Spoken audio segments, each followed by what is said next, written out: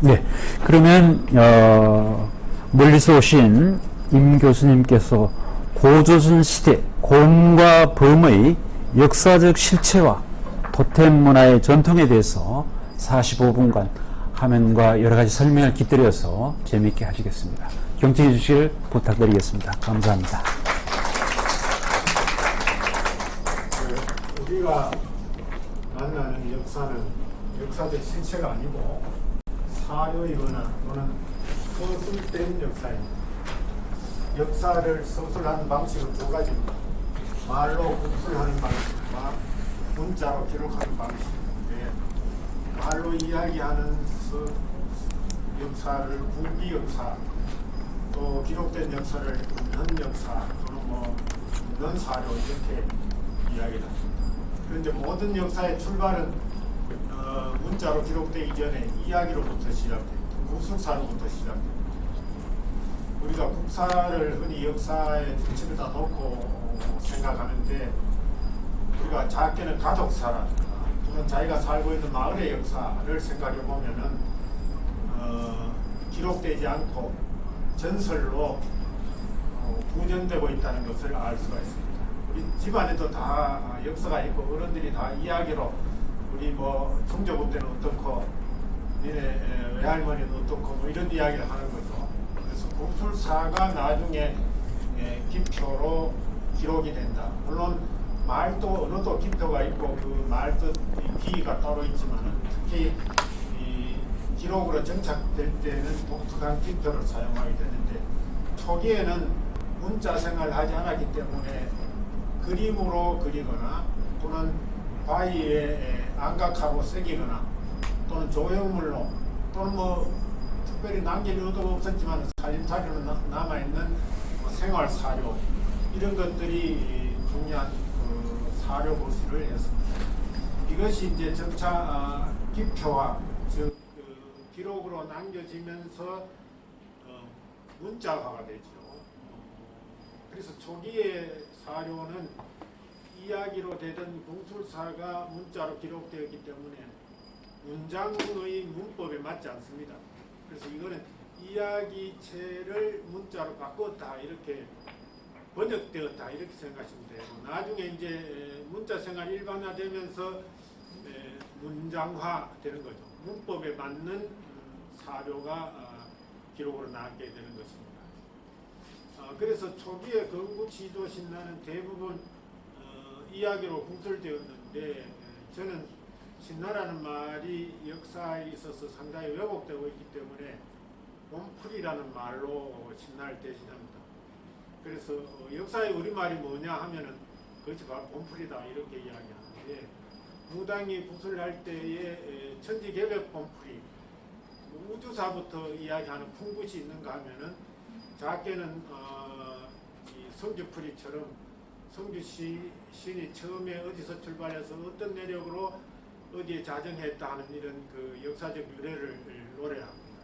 그래서 이 본풀이가 역사에 구술되는 초기 모습이 아닌가 그렇게 생각하고, 또 이런 것들이 나중에 문자로 정착된 것이 묻는 사료로 가는 출발점이 아닌가 생각을 합니다. 오늘 제가 다룰 주제가 고조선 시대 공과 범의 역사적 실제와 토템 문화의 전통인데, 고조선 시대의 사료로 우리가 들고 있는 것이 삼국유사 고조선 쪽 고기의 내용입니다. 흔히 당군신나라고 해야 의사소통이 빨리 되는데, 제가 당군신나라 말을 잘 쓰지 않는 것은 당군신나라 말로 이 고조선의 역사를 부정하기 때문에 당군신나라 말을 잘 쓰지 않습니다. 당군이라는 말 때문에 환웅이라고 하는 원시조가 묻혀버리고, 신나라는 말이 역사라는 진실을 가리고 있다. 그래서 이 실제로 그 고교 기록을 보면은 환웅본풀이라고 해야 마땅할 정도로 당군에 관한 기록보다가 환웅에 관한 역사가 더 자세하고 구체적이고 이념적으로 아주 수준 높게 서술되어 있고, 말미에 당군 본풀이가 조금 붙어져 있는데, 그래서 저는 이 고기 전체를 통틀어 이야기할 때는 고조선 본풀이, 그러나 우리가 흔히 말하는 당군 신화를 이야기할 때는 한웅보풀이라고 하는 것이 더 적절하다 그렇게 생각합니다. 그런데 이 기록이 신화라는 이유로 다시 말해서 합리적인 사실이 아니고 불가사의하게 서술되었다고 해서 이게 역사를 인정하지 않는 것이죠. 그런데 이런 경우는 제가 볼 때는 역사를 부정하기 위한 트집이지 모든 고대의 초기 역사는 다 불가사의하게 서술되어 있다는 사실을 놓치고 있는 거죠. 그래서 흔히 말하는 당구신화만 볼 것이 아니라 해모수 신화라든가 준몽신화, 혁거세, 석탈래, 금알지, 금수로 모든 신화는 다 불가사의하게 서술되어 있어요. 그러면은 이 구연은 물론이고 고구려, 신라, 가야 역사 다 부정되어야 합니다. 그런데 이 역사는 부정하지 않거든요. 그런데 고조선에 관한 것만 불가사의하게 기록되었다고 해서 이거는 부정하는 것은 뭔가 고조선의 역사를 인정하지 않는 전제 때문에 그렇지 않는가 하는 생각입니다. 그래서 사료가 문제가 아니고 해석이 문제다고 하는 것이죠. 그래서 시조는 의뢰의 신성시 되게 돼 있어요. 신성시 되지 않으면 그는 시조왕이 될 수가 없습니다. 그건 동서를 막론하고 그렇습니다. 현재까지 살아있는 일본의 천황, 마지막 황제 부의도 천자였죠. 천황은 다 천손이란 말인데 이건 다 신성이 되는 실존 인물이죠. 달라이라마 같은 경우도 환생불로 인정되고 있는데 그거는 기가 그런 거지 실제로는 다 부모, 예사 부모 아래 태어난 존재입니다. 따라서 이러한 것을 부실로 역사를 인정하지 않는 것은 기표만 해서 기표에 매달려서 기의를 부정하는 것이다. 예를 들어서 이런 문장을 한번 생각해 봅시다. 수학이 시험 감독으로 들어오자 고문 아예 커닝을 포기했다.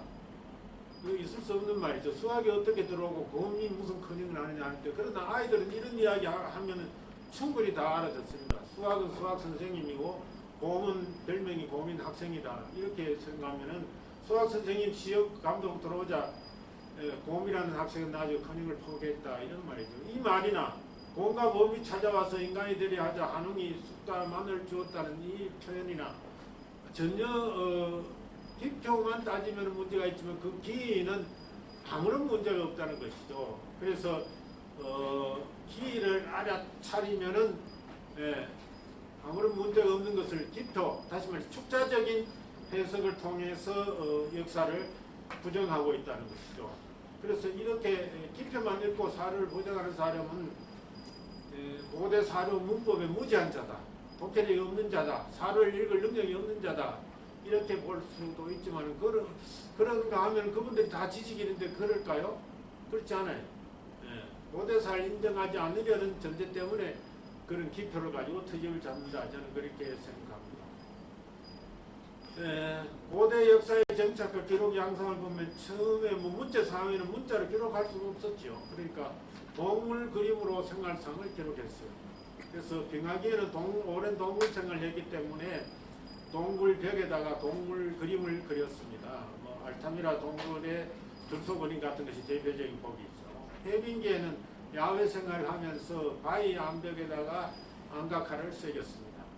그런 것들도 다 자기 생활에 대한 또는 자기들의 생각하는 어떤 그 신앙의 대상이라든가 또 어떤 주술적인 의미 이런 것들을 기록으로 남겼죠. 고구려 고문벽화만 하더라도 문자보다 그림이 주를 이루고 있고 그림으로 그들의 생활상과 세계관을 남겼습니다. 수렵도나 사신도 같은 것이 대표적인 동물 그림이죠. 그런데 이 동물 그림은 그냥 오늘날 회화적인 측면에서 보면 안 되고 토템 동물로 이용된 동물이 있다고 하는 것이죠. 그래서 동물을 기표로 종족 정체성을 기를 나타냈다. 그래서 우리가 곰을 그렸을 때 또는 곰을 새겼을 때 우리는 곰족이다. 곰이 우리 민족의 상징이다. 이런 뜻을 가지고 있다는 것이죠. 그래서 무문자 사회나 또는 문자를 사용했다고 하더라도 초기에는 종족 이름을 개념으로 신라민족이라든가 고구려민족이라든가 또는 부여족이라든가 옥저족이라든가 이렇게 나타낼 수가 없었다는 거예요. 표기가 불가능했죠. 또 그렇게 표기를 해서는 의사소통에 장애가 있어요. 그래서 그림으로 자기 종족을 그리거나 그림으로 나타낼 때 동물의 형상을 가져와서 나타낼 때 또는 조형물로 나타낼 때 아주 그 효과적으로 자기 종족을 나타내고 자기 집단의 정체성을 나타낼 수 있었다. 그런데 토템 하면 제3세계 소수민족이나 또는 원시민족이나 쓰는 그런 기표라고 생각하는데 사실은 오늘날 우리 현대생활에도 이 토템 문화는 지속되고 있다는 거죠. 동물을 상징으로 집단 정체성을 나타내는 것은 현대는 물론이고 미래에도 지속될 것이다. 왜냐하면 이것이 가장 효과적인 집단 정체성을 나타내는 방법이기 때문에 그렇습니다. 여러분들 여기 보는 이 봉황 문양은 다 아시잖아요. 청와대 대통령 문양이고 요거는 미국 연방정부의 휘장입니다. 흰머리 독수리.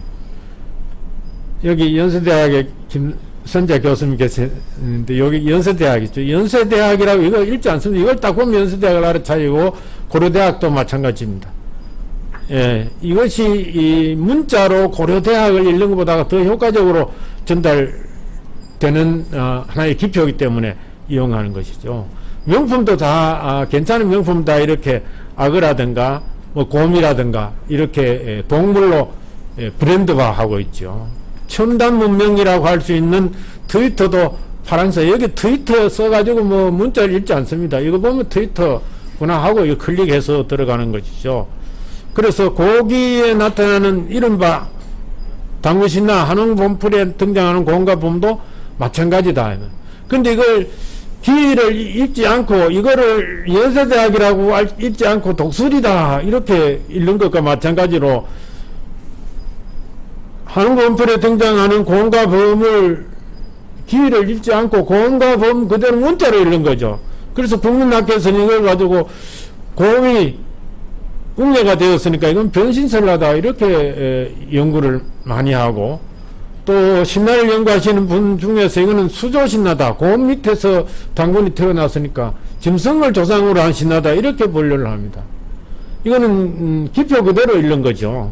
또 국사학계는 지금까지 이야기한 것처럼 역사적 사실이 아닌 신화다. 실증주의 사관에 의해서 그러므로 이거는 역사를 인정할 수 없다고 하는 것이죠. 그래서 토템의 기를 읽지 못하면은 건국시조 사료가 한껏 동물우화, 동물농장처럼 되어버리고 만다는 것이죠. 그런데 거기에 이런 기록이 있는가 하면은 이런 기록을 뒷받침하는 사료들이 여기저기 있어요. 그 중에 대표적인 것이 각조총무 각제이라는 그림인데 이거 실험하는 거 보고 이제 각제이라고 그러는데 저는 이게 각제이가 아니고 이 그림이 더 중요하다. 실제로 이게 동면의 벽에 그려 있는데 이것이 동면 벽의 중심에 있고 요거는 치우쳐 있습니다.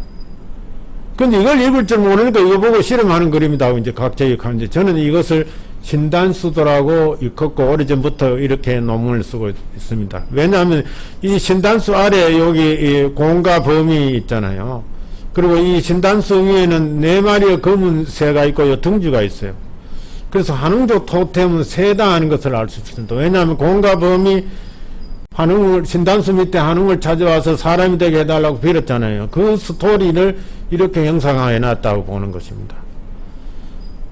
그러면은 이 신단수 밑에 이거 실험하는 건 도대체 뭐고 그런 이야기를 할 수 있는데 이거 신단수는 요즘 말하면은 시골의 당나무와 똑같아요. 자기 마을을 개척한 시조시인이 마을 수호신이라고 생각해서 당나무에 모시거든요. 그런 것처럼 이게 시조시인이 신단수에 이렇게 내려와 있는 거죠. 그렇기 때문에 그 밑에서 실험하는 것은 하나의 제의적인 현상입니다. 제가 어릴 때 우리 마을에서 단오날 실험하거나 그네를 뛰는데 어디서 하느냐 다 당나무가 있는 당숲에서 합니다. 뭐 마을마다 그런 건 아니지만은 그래서 옛날에 이 당나무라고 하는 것은 이 성역이죠. 여기서 축제가 벌어졌다. 그런 전통을 어디서도 볼 수 있느냐 하면 일본 신사에 가면 볼 수 있어요. 여러분들 혹시 일본 신사에 가면은 씨름터 같이 둥그런 모래판이 마련되어 있으면 그게 옛날에 성화하던 장소라고 생각하면 됩니다. 그래서 우리가 옛날에 신에게 제의를 지내는 것은 꼭 제사 의례만 한 것이 아니라 노래 부르고 춤추고 경기도 하고 오락 행사도 하고 이렇게 각종 게임도 하고 그렇게 했던 것이죠. 그래서 줄당기도 일종의 굿이었고 제의였다 이렇게 생각하면 씨름도 마찬가지로 생각하면 됩니다. 그런데 이게 과연 신단수이고 환웅인가 하는 것을 더 입증하는 자료가 이 전체 이 고분 벽화를 보면 알 수 있어요. 이게 동면에 있는데 그 천장에 뭐가 있느냐 하면은 삼조고 태양이 있습니다. 삼조고 태양은 그야말로 한인이나 다름없지요. 그러니까 그 중간에 신단수 위에 새가 있고 그 신단수 아래 땅 위에 공과 범이 있는 것입니다. 그래서 이 구조가 바로 그러한 실상을 더 잘 뒷받침해 준다고 볼 수가 있습니다. 그 다음에 또 하나 중요한 우리 요령성 평강 지역에서 출토된 청동장식인데 제가 이름을 붙였어요. 아까 신단수도처럼 요거는 환웅천조상이다 이렇게 붙였어요. 왜냐하면은 범과 곰이 이 환웅을 찾아와서 사람이 되게 해달라고 빌자 이 환웅께서 쑥과 마늘을 주고 먹으라 그랬어요. 여러분들 보면은 어떠세요? 곰은 여기 앞에 아무도 없죠. 쑥을 벌써 다 먹었어요. 근데 호랑이는 불만이 서가지고 쑥을 전혀 안 먹었어. 그러니까 이 환웅 천조가 제가 보기에는 뭐 삼조고 같기도 하는데 삼조고라고 해도 뭐 크게 틀리지 않는 말인데 하여튼 저는 그걸 천조라고 하늘에서 내려온 새다 하늘 새다 환웅 천조가 눈길을 곰하고 맞추잖아요. 곰은 이렇게 탁 앉아가지고 이 품 안에 안 꼈잖아요. 안 껴가지고 이미 쑥은 다 먹고 그러니까 마늘을 물고 이제 주려고 하고 있다. 이런 모습을 아주 대조적으로 잘 나타나 있었어요. 여러분들 만일에 토템이 없었다면 어떻게 이 역사를 이렇게 형상화할 수 있겠어요? 사람을 등장시켜서 이렇게 형상화할 수 있겠어요? 형상화할 수 없어요. 그게 토템을 기표로 이용해서 역사를 서술했기 때문에 이야기하기도 쉽고 한번 들으면 잊어버리지도 않고 그래서 수천 년을 이야기로 전승할 수 있는 정승력을 가지고 있고 아까 신단수도처럼 그림으로도 나타낼 수 있고 이런 청동장식으로도 조형물로도 나타낼 수 있고 이 토템으로 종족을 나타냈기 때문에 가능한 거다. 그래서 우리는 이 그림을 통해서 당구 신라에 있는 역사를 고조선 시대의 역사를 재해석할 수 있다. 다시 말해서 한웅 시대의 역사가 홍익인간 이념이 날개를 펼친 것부터 나타나요. 날개 이렇게 큰 새가 이렇게 호랑이나 곰을 품는 예가 있습니까? 없잖아요. 이런 게 바로 홍익인간이 이 말풀이를 해서 홍익인간이 아니라 거기에 기록된 내용을 보면은 환웅천왕께서 홍익인간 이념을 구현하기 위해서 이 땅에 신실을 세웠구나 하는 것을 알게 되면 그가 이 땅에 내려와서 한 행적 그 과정이 바로 홍익인간 한 구체적인 실천 사례죠. 이 그림에도 바로 이런 것들이 홍익인간 곰족 범족 가리지 않고 이렇게 품을 수 있는 이게 바로 홍익인간 사상이다 볼 수 있는데 아주 흥미로운 것은 곰과 범 말고 뒤에 또 한 종족이 더 있다는 거죠. 이건 아주 납작 엎드렸어요. 존재감이 없죠. 이것은 늑대입니다. 그래서 우리는 거기에 기록된 내용 이른바 당군신라라고 하는 것은 후기에 이루어졌고 이건 고구려 초기거든요. 그래서 고구려 초기의 사람들은 우리의 조상은 누구냐? 환웅이었다는 거죠. 당군은 여기 등장하지 않습니다. 신단수도에도 당군이 등장하지 않아요. 당군 태어나기 전에 우리의 시조는 환웅이다 하는 것을 벽화에도 남기고 이렇게 청동장식에도 만들어서 장신구로도 수고했으니까 이때는 이런 이야기로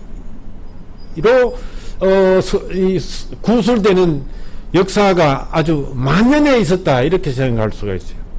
그래서 이런 것을 장신구로 만들었다는 것은 그냥 단순히 우리 시조는 환웅이었다고 하는 것이 끝나는 것이 아니라 우리 시조는 환웅을 중심으로 세 부족이 연명되어 있었다. 우리 조상이 되는 환웅 신시국의 정체까지 여기 다 나타내고 있다. 그렇게 이해할 수가 있습니다. 그 다음에 이제 우리가 고조선 고기에 있는 기록하고 신담수도하고 또 이제 조금 전에 봤던 환웅천조상하고 이 세 개를 서로 비교해 보면 사료를 보완하거나 잘못된 것을 수정할 수 있어요. 그래서 환웅본벌이 없는 늑대족을 통해서 공과 범족 외에 늑대족도 우리 고조선 시대에 상당히 밀접한 관계를 가지고 단군 조선 건국에 함께 참여했을 가능성이 있다는 거죠. 실제로 시베리아 부리아트족은 부리아트란 말 자체가 늑대인데 아직도 토템 이름으로 그대로 불려지고 있어요.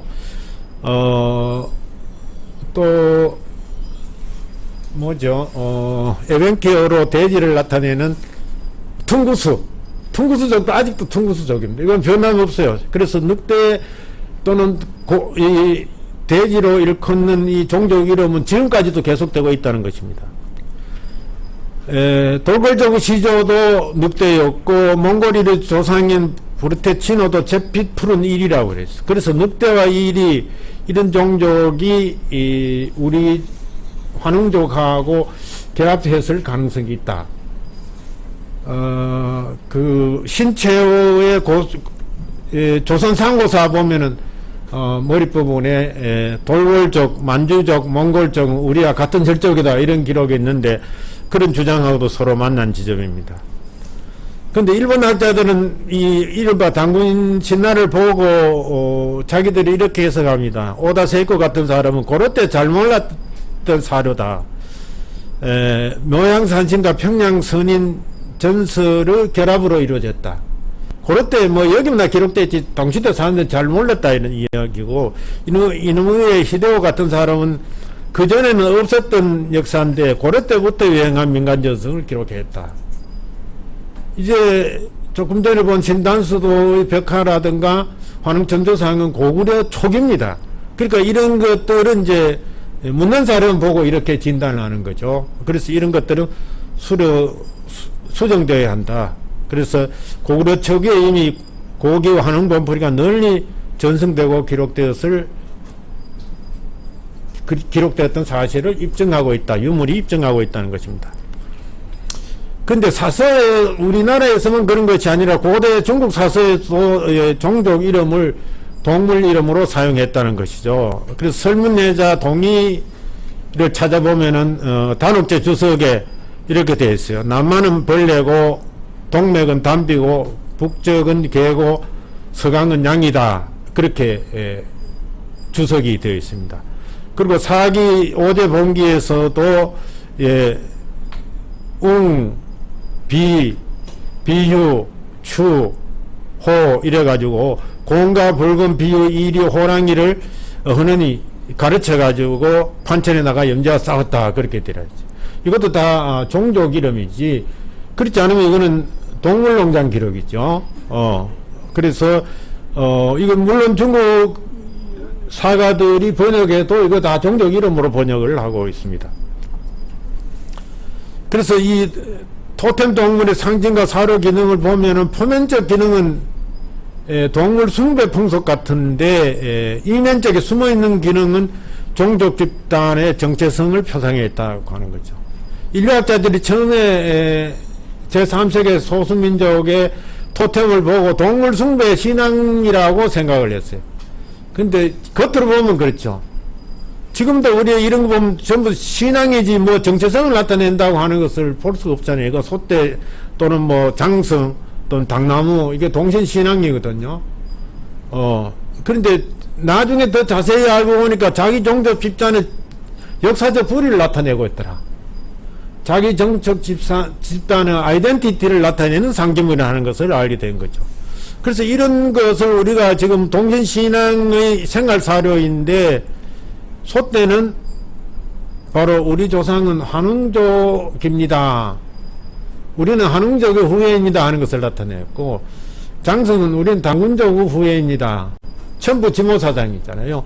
환웅, 그 다음에는 곰내가 결합해 있는데 이게 바로 우리 그래서 우리는 당군족의 후예입니다. 이런 것을 옛날에는 구체적으로 알고 있었는데 그래서 벽화도 그리고 장신구도 만들었는데 나중에 오면서 여기 제사 지내는 일에는 실천적인 일이고 이것은 그냥 관념이잖아요. 역사잖아요. 그래서 이런 건 잊어버리고 지금 그냥 동신신앙으로만 남아있다. 당연히 이 당나무는 진단수에서부터 비롯됐다. 이렇게 봐야 될 것입니다. 근데 이런 것을 뒷받침하는 사료가 또 있습니다. 여기 부안군 월천리의 석장성인데 그냥 장성이 아니고 우리나라 장성은 뭐 북미인디언의 그 토템폴이나 같습니다. 사실 형상이 같아요. 비슷해요. 그런데 여기는 아예 왕금 환웅이라고 써놨어요. 그래서 우리는 왕금의 후손이고 환웅의 자손이다 후예다 하는 것을 잊어버릴까 싶어 아주 돌로 새겨놨죠. 그래서 우리는 이런 사료가 앞에 있는 이런 사료에 숨어있는 기능을 구체적으로 입증하고 있다고 볼 수가 있습니다. 그래서 우리는 원래 환웅의 후손이라고 고구려 초기까지 그렇게 환웅시조론이 일반화되어 있는데 나중에 당군시조론이 더 보태졌겠죠. 그러다가 나중에 이걸 자꾸 근대 와서 당군신나라고 이야기함으로 해서 그만 환웅시조론은 사라지고 지금 다 당군 할아버지가 우리의 시조인 것처럼 그렇게 알려지게 되어 있습니다. 근데 여기서 말하는 공과 범 또는 공적과 범적이라는 게 실제로 역사적으로 존재하는 실체인가 하는 것이죠. 그런데 역사적 기록에 범조구 기록은 그대로 남아 있습니다. 삼국지 예조이라든가 후한서의 예조에 보면은 이렇게 무천을 설명하는 말미에 우제오이 미시인 그래가지고 제천 행사를 하고 또 예조군 제천 행사는 무천을 행하고 호랑이 신에게 또 제사를 지내는 풍속이 있었다는 것을 덧붙여뒀어요. 이거는 예족에만 있는 겁니다. 그래서 얘는 범족으로서 환웅족에게 동화되기를 기대해서 동경에서 찾아갔잖아요. 그러니까 하늘에 제사 지내는 제천 행사를 무천도 행하면서 자기가 원래부터 가지고 있던 범토템적으로서의 호신신앙을 그대로 지속했다는 것을 알 수가 있습니다. 그래서 지금도 범을 산신령으로 섬기는 산신제가 있다. 뒤에 또 설명되겠지만은 환웅족의 천신신앙이 있고 예족이 그 환웅족과 결합했기 때문에 자기 호신신앙을 버리지 않고 지켜서 그 두 신앙이 새로운 산신신앙을 생산한 것이 아닌가 그렇게 추론할 수가 있습니다. 그 다음에 곰조구 정체와 맥조구 문난데 홍안소에서 예족과 달리 맥에 대한 별도 항목은 없습니다. 그러나 맥이는 곧 웅이라고 했고 강의 자전에서도 맥은 곧 웅이라고 했어요.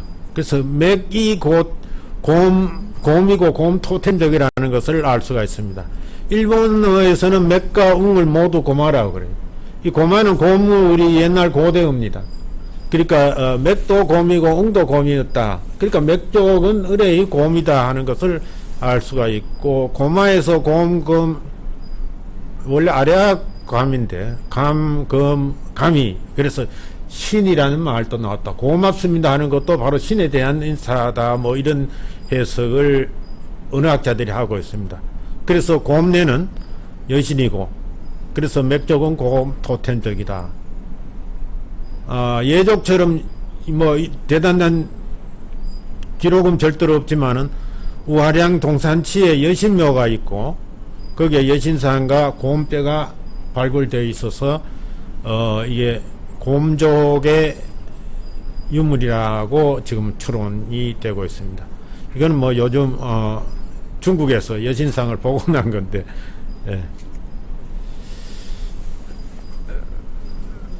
그 다음에 또 관심을 가져야 할 것은 뭐냐면 역사적인 실체가 그런데 우리의 문화 속에서는 흥미롭게도 곰신앙은 잠적하고 범신앙은 지속하고 있다는 겁니다.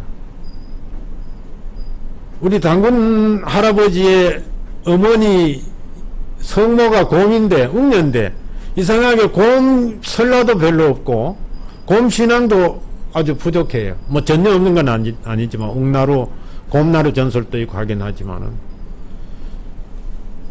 성모가 곰년대, 웅년대, 곰에 관한 문화적 전통은 거의 약화되고, 범에 관한 문화적 전통은 왜 이래 지속되느냐, 그런 이야기입니다.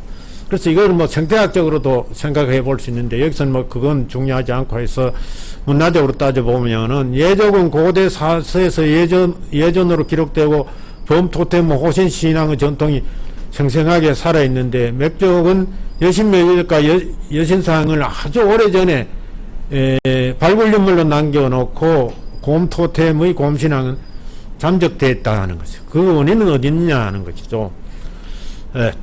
그것은 곰족은 일찍이 환웅족에 동화되었다는 것이죠. 그래서 시조모이자 왕비족이지만은 그 정체성이 사라졌어요. 자문화의 정체성을 잃어버린 것이죠. 다시 말해서 하와이가 지금 미국화된 거 마찬가지입니다. 하와이는 원래 고유의 언어와 문화를 다 가지고 있었는데, 미국의 한 주가 됨으로 해서 미국 문화에 동화되어 가지고 그 자치를 찾아보기 어렵게 된 것과 마찬가지로 이 곰신앙과 곰설라가 빈약해졌다. 그런데 범족은 한웅족에 동화되지 않고 쑥과 마늘을 먹어라, 100일 동안 햇빛 보지 말아라 그러는데 그런 말 듣지 않고 이탈해버렸다. 그러면서 자기들의 종족 문화의 정체성을 지켰다. 그래서 범족으로서 정체성을 확보하고 범신앙과 범설라가 풍부하게 전승되어서 중국 사서에서도 예족이 별도로 기록되어 있지 않는가, 그렇게 생각할 수가 있습니다. 그래서 저거를 이 문화접변이라는 것은 문화인류학 이론인데, 식민 지배 국가가 오랫동안 식민지를 지배하게 되면 식민 지배의 문화는 식민 지배 국가의 문화에 따라서 바뀐다. 다시 말해서 동화된다. 자기 문화는 약화된다 하는 것이, 그게 문화인류학의 문화접변 논리입니다. 곰족은 거의 뭐 문화접변 현상이죠. 채식생활과 정착생활에 적응을 했어요. 곰족은 그런 능력을 가지고 있죠. 곰족은 왜냐하면 식생활이 잡식성이기 때문에 채식도 충분히 먹을 수 있고, 또 동굴에서 오랫동안 지내기 때문에 정착생활에 적응력이 있습니다. 그래서 한웅족 문화에 잘 적응하고 동화되었어요. 그건 장점이기도 하지만, 그래서 민족 정체성이 소멸됐고, 그래서 문화접변 현상으로 지배 문화에 동화되는 바람에 자기 문화를 잃어버렸지만은, 그 대신에 단군조선 형성에 큰 바탕이 됐다. 다시 말해서 환웅신시국의 외연을 확장하는데 크게 기여했을 것으로 봅니다. 범족은 육식생활과 이동생활을 하기 때문에 환웅족에 쉽게 적응할 수 없어요. 그래서 적응하지 않고 일탈해서 민족 정체성을 유지했지요.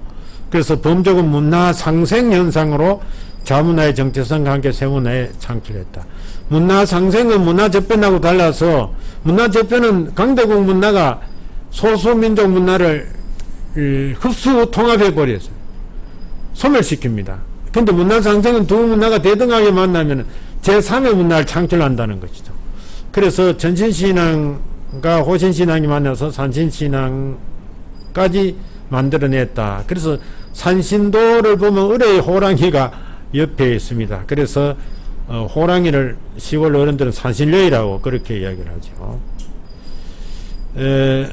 당군은 1908세를 아사달에 1908세를 살다가 아사달에 들어가서 산신이 되었다고 하는데, 그렇기 때문에 우리나라는 이 환웅족은 천신신앙을 가지고 있지만 당군 이후에는 산신신앙을 하지 않을 수 없게 되었어요.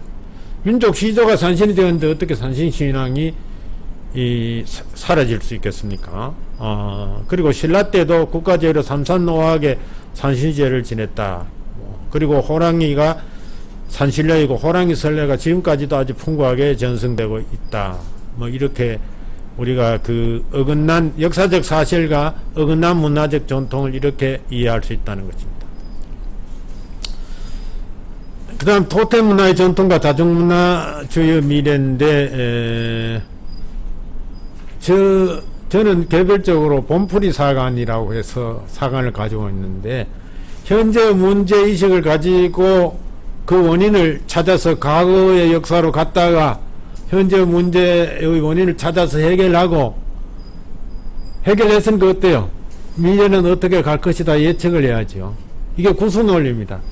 무당들이 구슬할 때 뭐 문제가 있어야 구슬하죠. 뭐 몸이 불편하거나 뭐 우환이 있거나 집구석에 재수가 없거나 이러면 이제 구슬을 하는데, 이거 왜 이런 불행한 일이 일어나는가 하는 것을 옛날 일에서 찾습니다. 뭐 그때 무슨 일이 있었던가, 어릴 때 무슨 일이 있었고, 무슨 잘못들이 찾아가지고 해결을 합니다. 그래서 이제는 병이 나왔고 내년에는 뭐 박사학위 논문도 통과되고 장가도 갈 거다 이렇게 예측하는 거죠. 그게 이제 구시거든요. 저는 이게 진짜 역사라고 생각합니다. 역사라는 것이 현재 아무런 문제의식이 없이 과거의 지식을 알고 아는 체 하는 게 역사가 아니고, 현재 문제를 해결하기 위해서 과거의 역사를 뒤져서 그 문제에서 원인을 찾아가지고 해결하고, 그 다음 그렇으니까 앞으로 미래까지 전망을 할 수 있어요. 역사는 미래를 내다보는 창이어야지 과거로 되돌아가는 그냥 복고적인 뭐 지식이 아니잖아요. 그래서 이제 이렇게 알았으니까 이제 미래 문제를 이야기해야 되겠죠.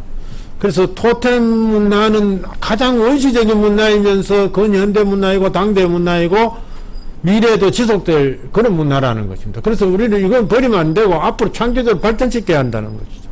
그래서 지금도 당나무와 소떼가 바로 그런 기능을 하고 있고, 현대 문화로서 각종 위장, 엠블럼, 교표, 마크, 상표, 뭐 브랜드, 이게 다 동물 토템을 이용하고 있고 시각적인 이미지를 이용하고 있다는 것이죠.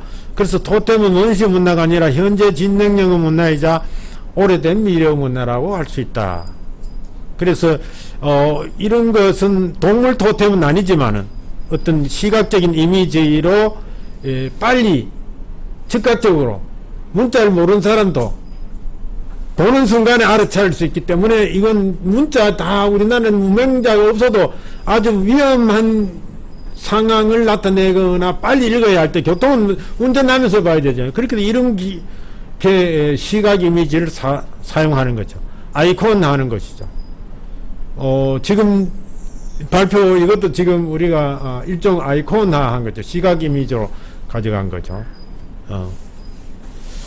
그래서 시각 이미지가 지닌 문화적 정체성을 우리나라가 생산적으로 창조적으로 이용해야 된다는 것이죠.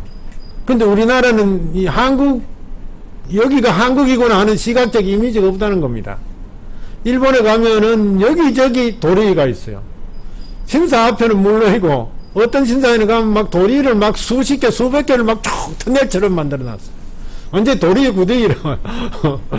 그리고 시가지나 막 고속도로 주변에도 막 이 주홍색 큰 대형 도리를 설치해 놨어요. 그래서 도리를 볼 때마다 여기가 일본이구나, 이것이 일본 문화구나 하는 것을 느낄 수 있어요. 한편 중국에 가면은 뭐 식당이나 뭐 호텔 로비나 뭐 사원이나 뭐 어디 가도 이렇게 붉은 홍등이 달려 있다는 거죠. 이것도 마찬가지입니다. 그런데 한국에 오면은 시각적 이미지가 뭐 있냐 보면서, 공항에 내려서 또는 서울역에서 어느 호텔에서 여기가 한국이라고 하는 사실 시각적으로 무엇을 가지고 알 수 있나요? 뭐 문자를 보고 이거 한국어구나 뭐 이렇게 이해할 수 있지만, 이렇게 이미지로 아이콘화되어 있는 그런 것들이 없다는 것이죠. 근데 이제 요새 그런 기능을 하려고 뭐 청사처럼 좀 달아놨더라고요. 근데 청사처럼 좀 초라한 것 같아요. 규모도 작고. 그래서 좀 강렬하고 눈에 띄는 이미지를 제가 생각할 때는 어마어마한 장승과 소떼를 요즘 시각 이미지에 맞게 재구성해야 된다고 생각해요. 사진 찾아보기 없어가지고 아주 뭐 이 초라한 거 가져왔는데, 앞으로 마을마다 소떼와 장승을 재현할 필요가 있지 않는가. 도시에도 공동체 어떤 공원 입구라든가 이런 것을 설치해서 이렇게 잡다하게 하지 말고 장승 한 쌍 뭐 또는 이 소떼 둘 뭐 이런 정도로 딱 깔끔하게 인상 깊게 만들 필요가 있지 않는가. 이것만 만드는 것이 아니라 애들한테 또 우리도 이거 소떼 우리가 한웅천왕의 후예란 뜻이야. 우리 조상이 한웅천왕이란 뜻이야. 우리 조상은 당군 할아버지라는 뜻이야. 이런 것들을 알고, 기도 알고 이런 기표를 만들 필요가 있지 않는가 하는 것이 저의 미래에 대한 제안입니다.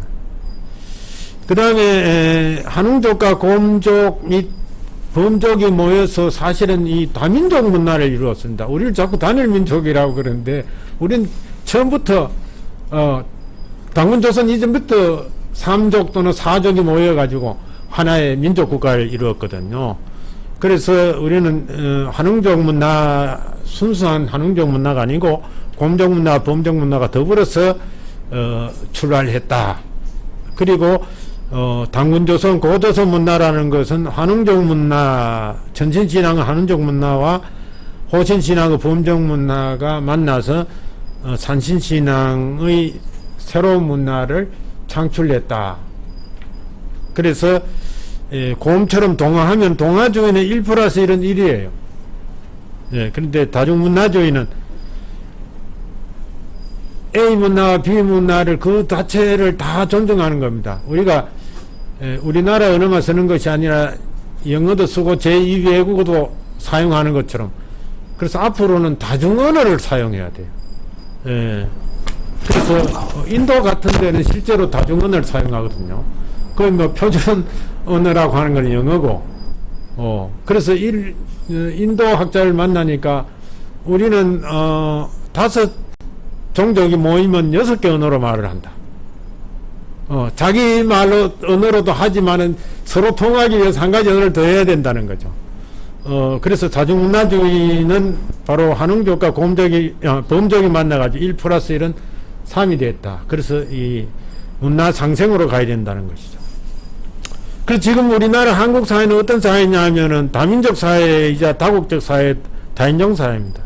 다문화 사회라 그러는데 다문화 사회는 아니에요. 우리나라는 거의 뭐 서양 문화가 섞어나고 있는 그런 나라인데, 외국 사람이 호텔에서 밤에 창문을 내다보니까 깜짝 놀랐다는 거 아닙니까?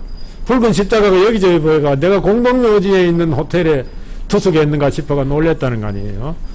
그래서 우리나라 한 20-30년 전까지는 거의 뭐 외국인들이 드물었는데 지금 제3세계에서 온 외국 근로자, 그다음 제3세계에서 온 혼인 여성 또는 국제 교류, 빈번한 교류를 해서 우리나라 사회 이제 다민족 사회가 되어가고 있고 다국적 사회를 이루고 있다는 것이죠. 근데 우리나라 문화 정책은 다문화 정책 그래가지고 외국인 며느리들이나 근로자들을 뭐 한국말 배우게 하고 또 김치 담그는 법 배우게 하고 뭐 한국 요리 가르치고 이래가지고 자문화에 적응시키는 동아주의 정책을 펴고 있어요. 그래서 베트남에서 온 며느리가 가지고 있는 문화가 소멸되고 있습니다. 그래서 문화 다양성이 살아나지 않고 여전히 한국 문화의 정체성을 그대로 가지고 가는 것이 아닌가. 그래서 한국 문화의 정체성을 고스란히 가져가면서 그들의 문화를 수용해야 된다. 예, 그래서 제가 제안하는 것은 베트남 사위는 자기 아내와 말할 때 가능하면 베트남어를 배워서 베트남어하고 베트남에서 온 세댁은 한국말하고 이렇게 해서 2개국어를 쓰고 그 아이들도 2개국어를 쓰는 것이 앞으로 세계화하는데 더 바람직하다. 앞으로 영어 잘하는 것보다 베트남어 잘하는 게 더 유용하다는 것이죠. 그래서 타문화를 제2의 문화, 제3의 문화로 공유하자.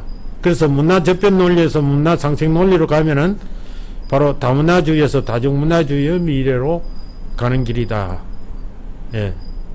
앞으로 미래 지향적인 방향을 그렇게 말씀드리는 것으로 제 발표를 마치겠습니다. 감사합니다. 자, 박수 한번 부탁드리겠습니다.